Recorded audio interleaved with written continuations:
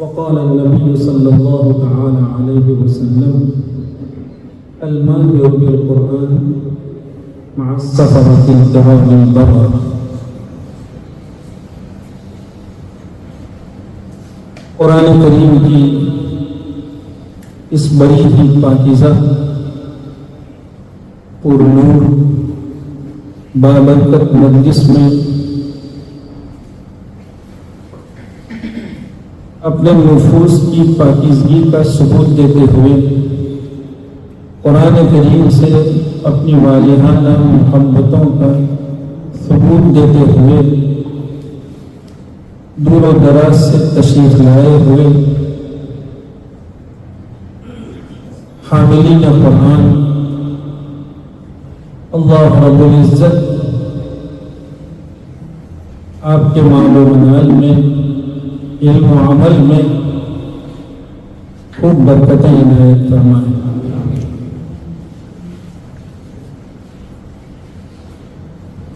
آپ بھائیوں نے جن محبتوں کا ثبوت دیا ہے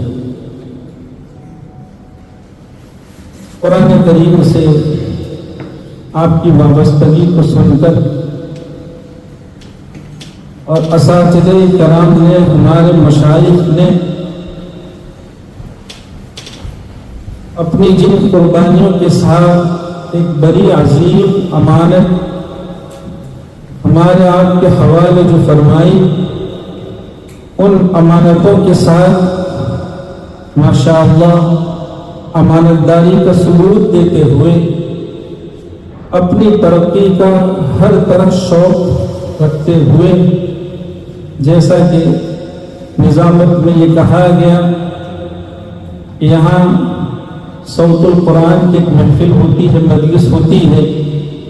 اور قرآن کرام اس میں تشریف لاتے ہیں، اپنے اساتذہ کرام کی جو امانتیں ان کے حوالے ہیں وہ ان کو آ کے پیش کرتے ہیں. بہت مسرت ہے، بڑی مسرت ہے. میں آپ بھائیوں کو، آپ بزرگوں کو دل کی تمام تر گہرائیوں سے آپ کی محبتوں کے، آپ کے اس اکرام کے، آپ کے اخلاق رفعت کے لیے،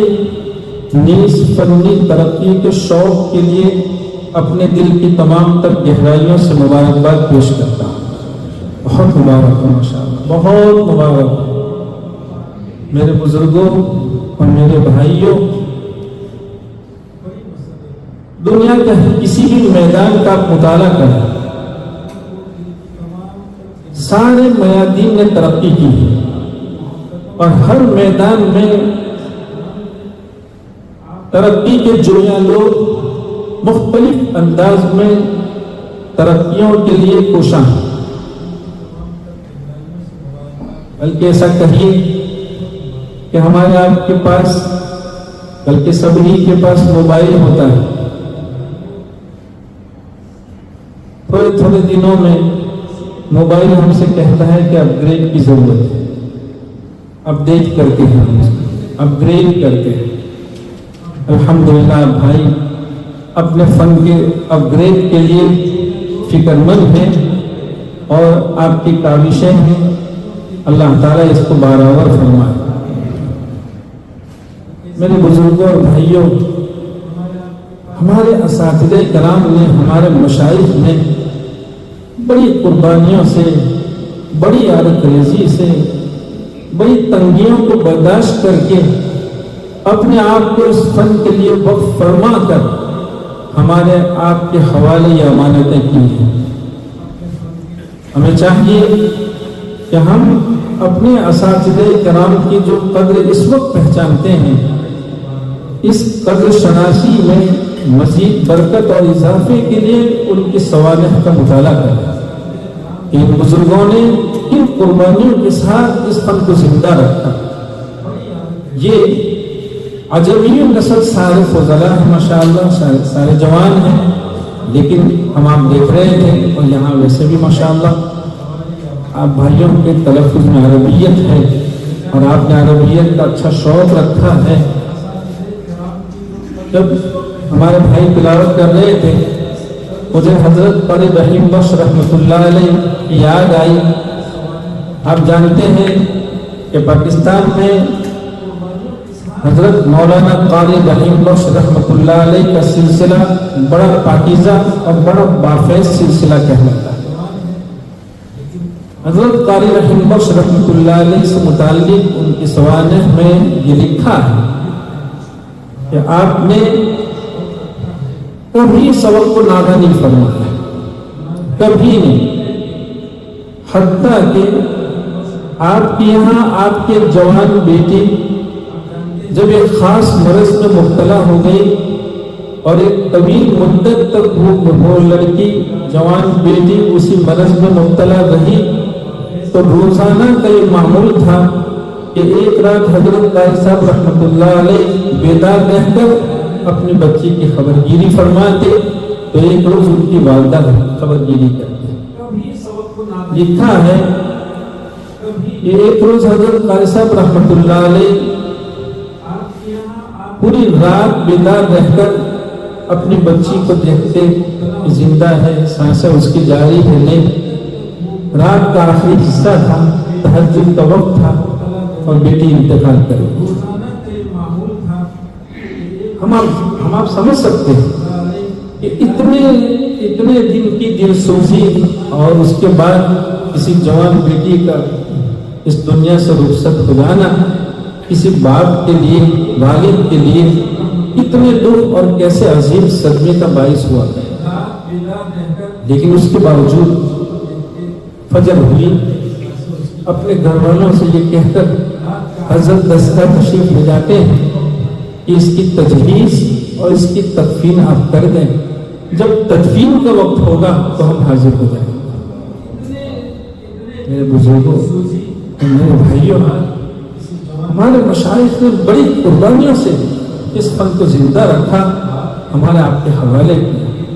حضرت دستگاہ تشریف لے جاتے ہیں اور سبق روزانہ کے مطابق اسی انداز میں روزانہ جیسے ہوا کرتا تھا سبق ہوا۔ ظہر کی نماز کا وقت ہوا، بلکہ اس سے پہلے تو آپ نے اپنی درسگاہ میں اعلان فرمایا کہ بچوں، ہماری جوان بیٹی کا جو انتقال ہو گیا ہے، تم میں سے جو چاہے اس کے جنازے میں شرکت کرے۔ حضرت رحمۃ اللہ علیہ اپنی بیٹی کی تدفین کے لیے گھر تشریف لے جاتے ہیں اور تدفین ہوئی، تدفین کے بعد پھر سیدھے درسگاہ تشریف۔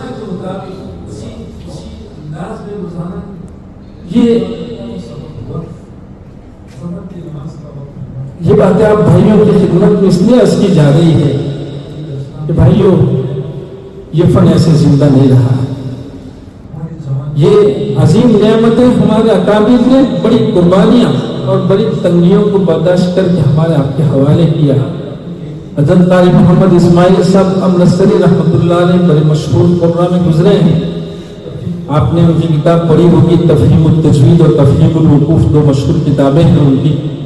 اور عجیب بات ہے کہ جب انہوں نے حضرت قاری کریم بخش رحمۃ اللہ علیہ سے قرات کی تکمیل فرمائی اور ان کو سند سے نوازا، تو اس کے ساتھ ساتھ یہ فرمایا تھا کہ تھانہ پہنچ جاؤ اور حکیم الامت رحمۃ اللہ علیہ سے اپنی سند پر دستخط لے کر۔ حضرت قاری محمد اسماعیل صاحب امرتسری رحمۃ اللہ علیہ تھانہ بھون تشریف لے جاتے ہیں اور حضرت سے اپنی سند پر دستخط کی گزارش کرتے ہیں، اپنی تمنا کا اظہار فرماتے ہیں، لیکن حضرت نے فرمایا کہ اچھا ہو جائے، ٹالتے رہے۔ ایک ہفتہ ہو گیا، ایک ہفتے کے بعد حضرت نے جب دیکھا کہ لڑکا اتنے دنوں سے آیا، کہاں جاؤ، خیر ان کو سنا اور ایک لمبی داستان ہے بات، ان کو سننے کے بعد دیکھا کیا فن ہے ان کے پاس اور انہوں نے اداؤں کو کیسے سنبھالا۔ حضرت رحمۃ اللہ علیہ نے سننے کے بعد پھر ان سے فرمایا کہ ارے ایک ہفتے سے تم یہاں آئے ہو، خیر کوئی بات نہیں، تمہاری سند پہ دستخط بھی ہو جائے گا، لیکن رات عشاء میں کچھ مہمان ہیں تو کھانے پہ حاضر ہو جاؤ، تمہارا رات کے قیام کا بھی یہاں انتظام ہے۔ چنانچہ کھانا ہو گیا، رات میں آرام فرمایا۔ صبح حضرت کی یہاں ایک اچھی تعداد میں قرآن کی حاضری ہونے والی تھی، وہ قرآن تشریف لائے حضرت نے اس وقت ہمیں یاد فرمایا. لکھا ہے ان کی قرات سے حضرت کتنا محظوظ ہوئے ہوں گے کہ لکھا ہے کہ مجلس منعقد ہو گئی, سارے قربا بیٹھے ہوئے تھے, حضرت کی تشریف فرما. جیسے ہی قاری محمد اسماعیل صاحب امرتسری رحمۃ اللہ علیہ حضرت کے کمرے میں حاضر ہوتے ہیں,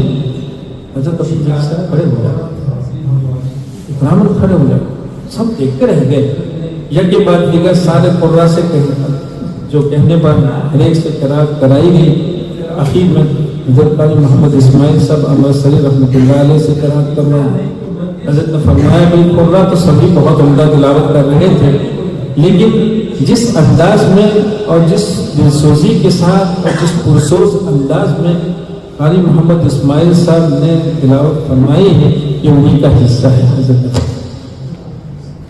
یہ حضرت قاری محمد اسماعیل صاحب امرتسری رحمۃ اللہ علیہ نے اپنے ان کے ملفوظات ہمیں پڑھا. کہا گھر میں اگر جنازہ بھی موجود ہو تب بھی سبق ناگا نہیں کیا کرتے. ہمیں یاد ہے حضرت استاد رحمۃ اللہ علیہ نے ایک مرتبہ فرمایا کہ ہمارے اس ملک کے مشکل کا شیر اور حضرت قاری عبدالمالک رحمۃ اللہ علیہ جو عربی کئی لہجوں میں ایسا ملکہ رکھتے تھے کہ ان کا اپنا امتیاز تھا ہندوستان میں. حضرت حکیم الاسلام حضرت حکیم الامت رحمۃ اللہ علیہ آپ کو ایک سال اپنے یہاں تھانہ بھون مشق کے لیے لے گئے کہ ہمارے بچوں کو مشق کرائیے, اور کیسے انتظام فرمایا تھا. بہترین کمرے کے علاوہ شام میں تفریح کے لیے اچھا گھوڑا اور اس کے بعد حضرت ہمارا فرمایا جو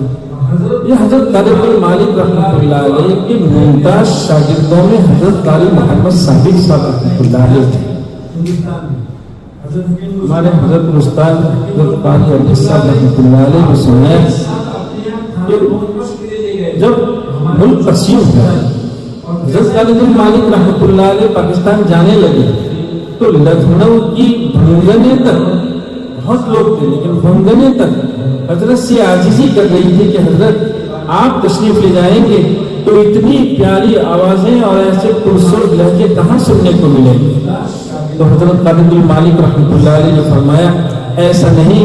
ہم اپنا آئینہ چھوڑ کے یہاں جا رہے ہیں, جب بھی آپ کو عبدالمالک کی یاد آ جائے تو محمد ثابت کے آئینے میں عبدالمالک کو دیکھ لیا کرو. ایسا زبردست اپنے استاذ کا اتنا معتمد شاگرد. اور عجیب بات یہ تھی کہ انہوں نے حضرت قاری عبدالمالک رحمۃ اللہ علیہ سے 15 سال تک صرف روایت حفظ میں مشغول, اور 15 سال کے بعد حضرت قاری عبدالمالک رحمۃ اللہ علیہ نے انہیں امتحان کی اجازت دی تھی. اتنا بڑا اسکول کا ایسا مشغول قاری اور سارے لہجوں کا امیر, لیکن حال یہ تھا حضرت استاد کو سنایا کہ وہ 10-10 روپیہ ہم سے قرضہ لیا کرتے تھے. عجیب بات یہ تھی کہ انہوں نے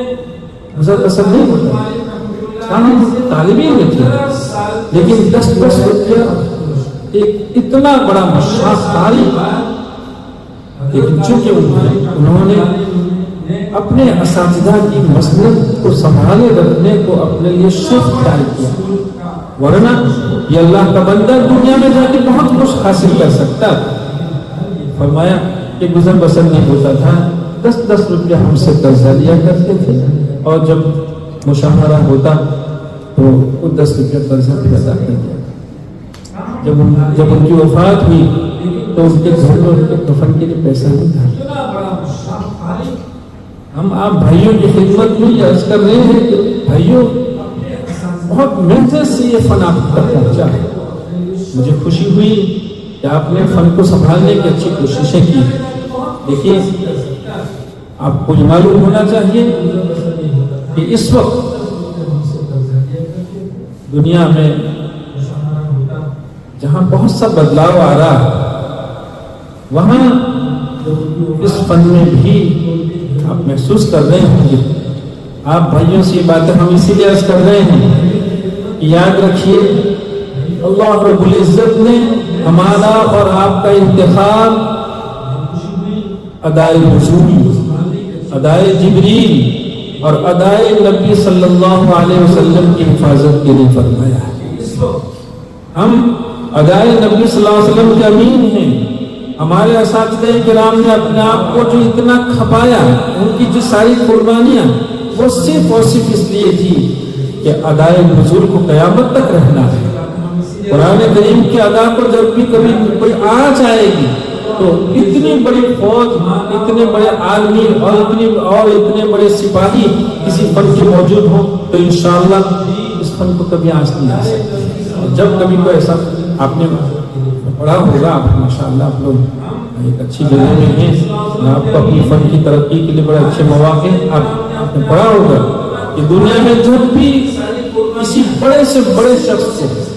کسی ادا سے متعلق ذرا سا کوئی مغالطہ ہوا اور اس نے اپنے مغالطے کو اپنی مقبولیت کے تحت لوگوں کے سامنے جب پیش کیا، جب پتہ چلا کہ آپ جانتے ہیں ہم کس طرح اشارہ کرنے جا رہے ہیں؟ شیخ سید عامر عثمان،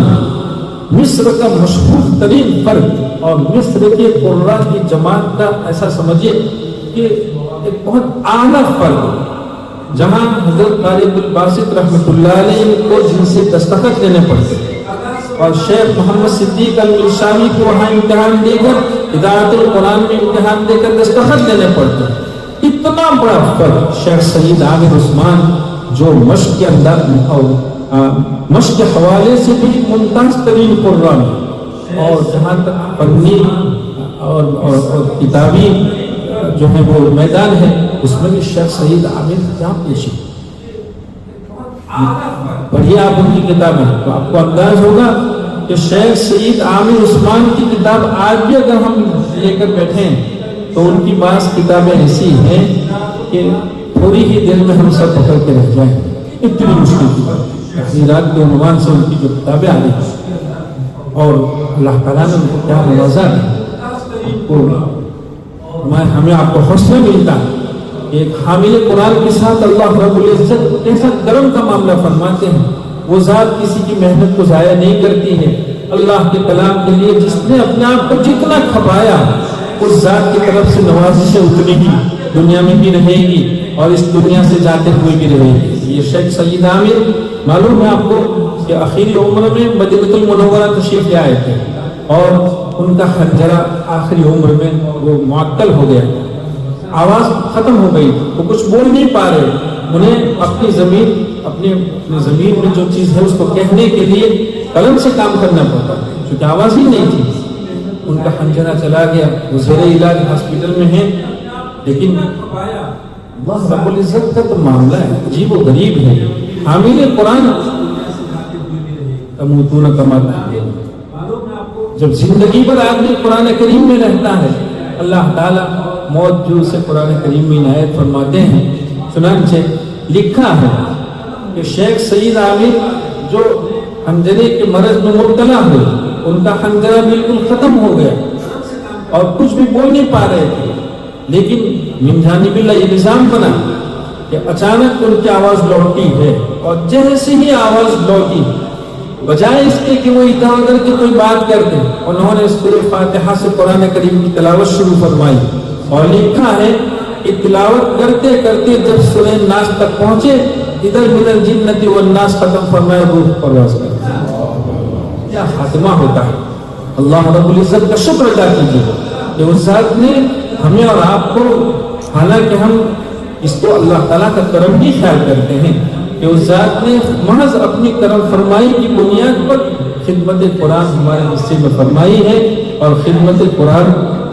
کے ساتھ انشاءاللہ انشاءاللہ اس دنیا سے اللہ تعالیٰ ہمیں جانا نصیب فرمائے۔ ہم آپ بھائیوں کی خدمت میں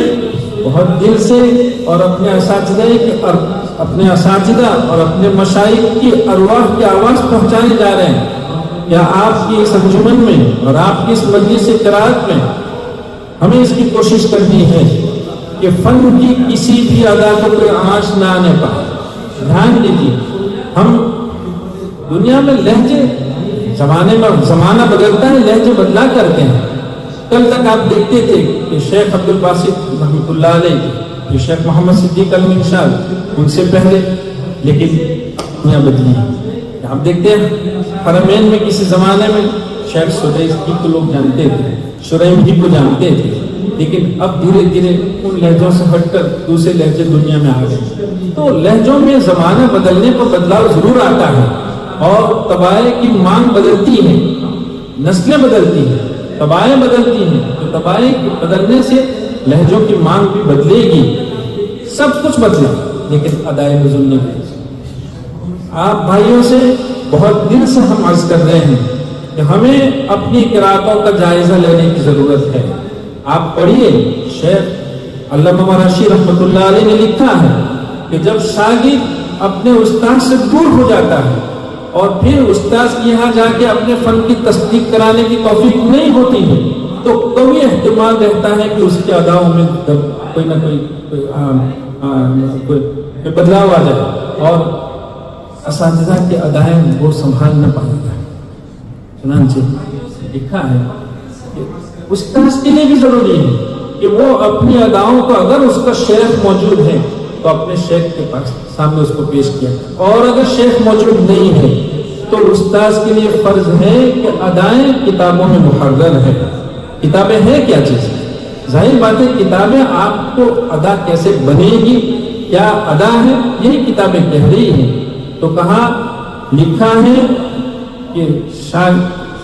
قاری کو چاہیے کہ اگر اس کا استاد موجود نہیں ہے، یا استاد کو چاہیے کہ اس کا شیخ موجود نہیں ہے،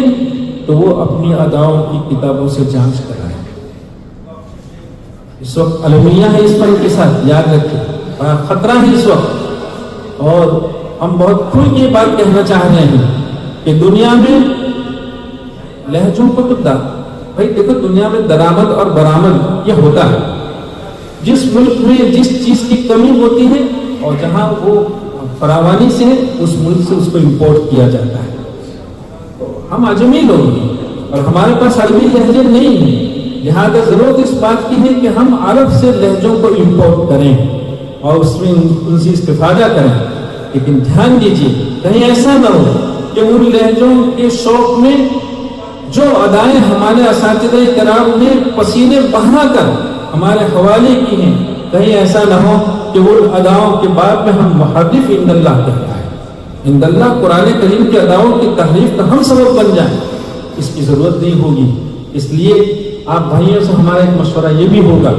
کہ آپ یہ کوشش کیجیے کہ آپ کے مجموعے میں جب بھی ہمارے بھائیوں میں سے کوئی بھی تلاوت کرے، آپ دیکھیے کبھی ایسا ہوتا ہے کہ ایک مد ہوا،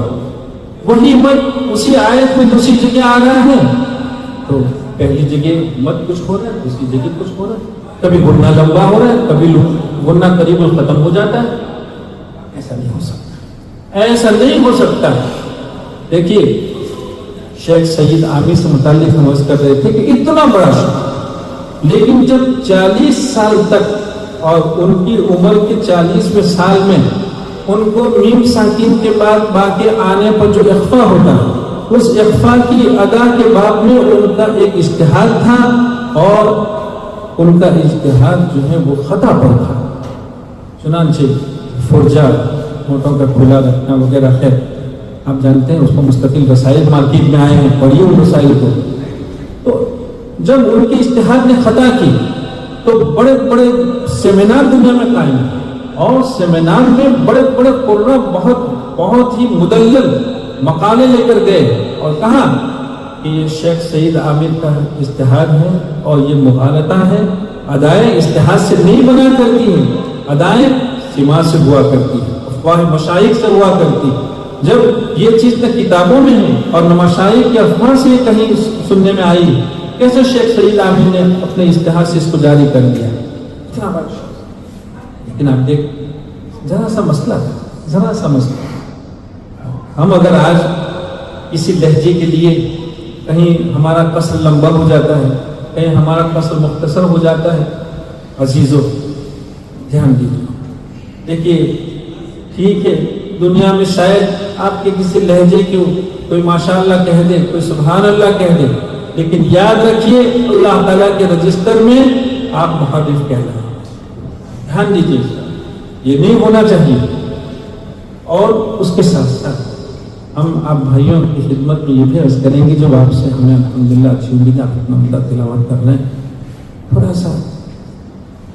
کوئی ایسا نظام بنائیں کہ آپ کی قرأتیں اور فن جو ہے بہت ترقی کرے۔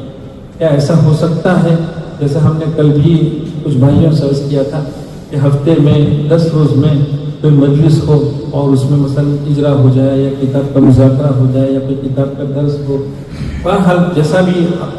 اشارہ کرتے دیکھیے اگر کوئی ممکن ہو، اور اس کے ساتھ ساتھ اس کی بھی کوشش کیجیے جو کتابیں مارکیٹ میں آ رہی ہیں، آپ کے پاس وقت ہے، اچھا خاصا وقت ہے آپ کے پاس، مارکیٹ میں اس فن کی اس وقت اتنی کتابیں آ رہی ہیں، کیا ہمارے جو اکابر ہیں بہت کچھ لکھ کر گئے ہیں، جن کی کتابوں کو دیکھنے کے لیے ہمارے اساتذہ ترستے تھے، اب وہ مارکیٹ میں بہت آسانی سے بہت خوبصورت انداز میں دستیاب ہے۔ ہم نہیں پڑھیں گے، ہمارے مشائخ کے ارواح اپنی قبروں میں، شکایت تو خیر ہم نہیں کہتے ہیں لیکن ان کے ارواح کو اس کا تو انتظار رہے گا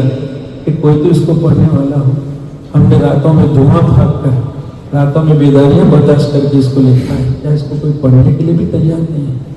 اس لیے کوشش کیجیے کہ ان کتابوں کے مطالعے کی طرف بھی ہم اپنے آپ کو لائیں، کتابوں کا آپ میں باہم مذاکرہ ہو، کتابوں کے مذاکرے سے فنی بصیرت پیدا ہوتی ہے، فن میں تحقیق آتی ہے، گہرائی آتی ہے، جب کبھی کوئی چیز ایسی ہو جاتی ہے تو سمجھنے کا موقع ملتا ہے، ہم خود ہی اپنی غلطی کی اصلاح کر لیتے ہیں۔ تو یہ چند باتیں آپ بھائیوں کی خدمت میں عرض کرنا پہلے سے کوئی ذہن میں تھا نہیں، لیکن کہا گیا ہے کچھ باتیں۔ اللہ تعالیٰ ہمیں اور آپ کو اس کی توفیق سے نوازے، اور ہم اور آپ اپنی زندگی کی آخری سانس تک، آنکھ بند ہونے تک، جب ہمارے اساتذہ نے ہم کا اعتماد کیا ہے تو ان کے اعتماد کے مطابق اس فن کو سنبھالنے کی کوشش کریں اور اس کو اپنے بعدوانوں تک منتقل کرنے کی بھی کوشش کریں، اور اس کے ساتھ ساتھ جس کی جہاں سے بھی نسبت ہو، جہاں سے بھی سند ملی ہو، اپنے اساتذہ کے سامنے اپنے فن کو ضرور پیش کیا کیجیے۔ وآخر دعوانا الحمدللہ رب العالمین۔ Thanks for watching. Don't forget to like, comment, share and subscribe to Al Wahid channel.